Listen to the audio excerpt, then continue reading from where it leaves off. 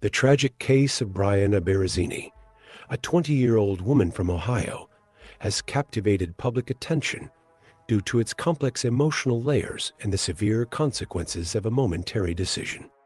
On March 26, 2023, Barozzini fatally stabbed her former best friend, Halia Culbertson, who was just 17 years old, during a confrontation outside a smoke shop in Columbus.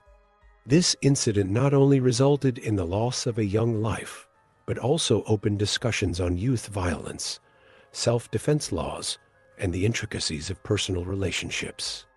The legal proceedings that followed have raised significant questions about justice and accountability in cases involving young offenders.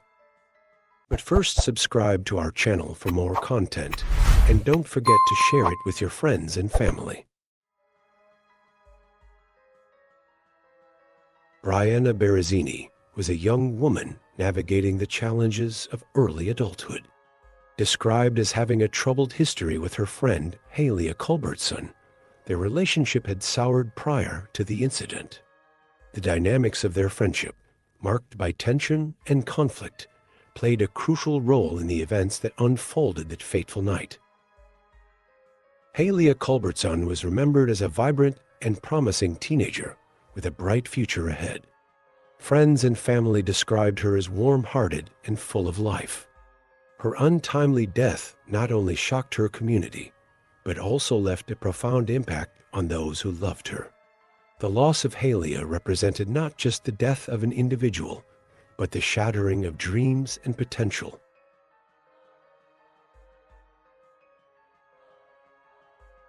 On the night of March 26, 2023, an argument began inside the 161 carry-out smoke shop before spilling out into the parking lot.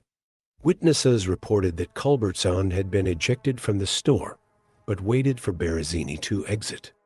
Once outside, tensions escalated quickly. Surveillance footage captured Culbertson confronting Barozzini and ultimately slapping her in the face. In response to this aggression, Barozzini pulled out a knife and stabbed Culbertson in the neck. Despite immediate medical attention, Culbertson succumbed to her injuries shortly after arriving at Ohio Health Riverside Medical Center. This shocking turn of events marked a tragic end to what had been a friendship turned sour.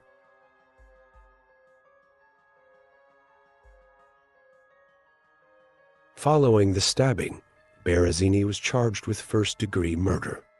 However, as the case progressed, prosecutors reassessed their strategy and opted for a plea deal that would allow Barozzini to plead guilty to involuntary manslaughter. This decision was influenced by evidence suggesting that Culbertson had been the aggressor during the confrontation. On July 11, 2024, Bryanna Barozzini was sentenced to 3 years in prison, the maximum allowed under her plea agreement. During sentencing, emotional statements from Culbertson's family highlighted their profound sense of loss and betrayal. They expressed dissatisfaction with the plea deal and questioned whether justice had truly been served for Halia's death.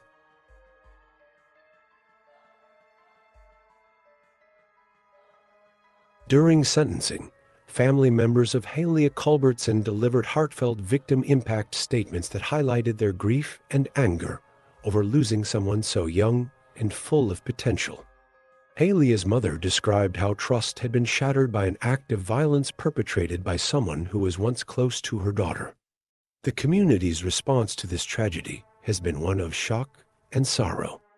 Friends and family have come together to remember Halia's life, while grappling with the reality of her death at the hands of someone she once considered a friend.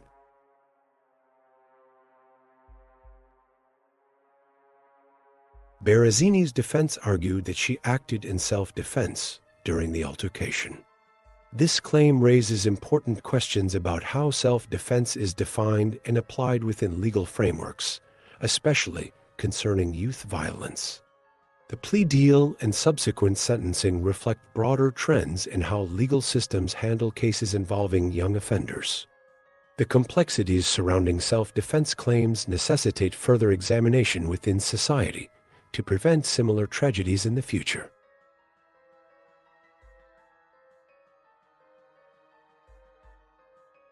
This case serves as a stark reminder of how quickly conflicts can escalate into violence among young people. It underscores the need for effective conflict resolution strategies and support systems for youth facing interpersonal challenges.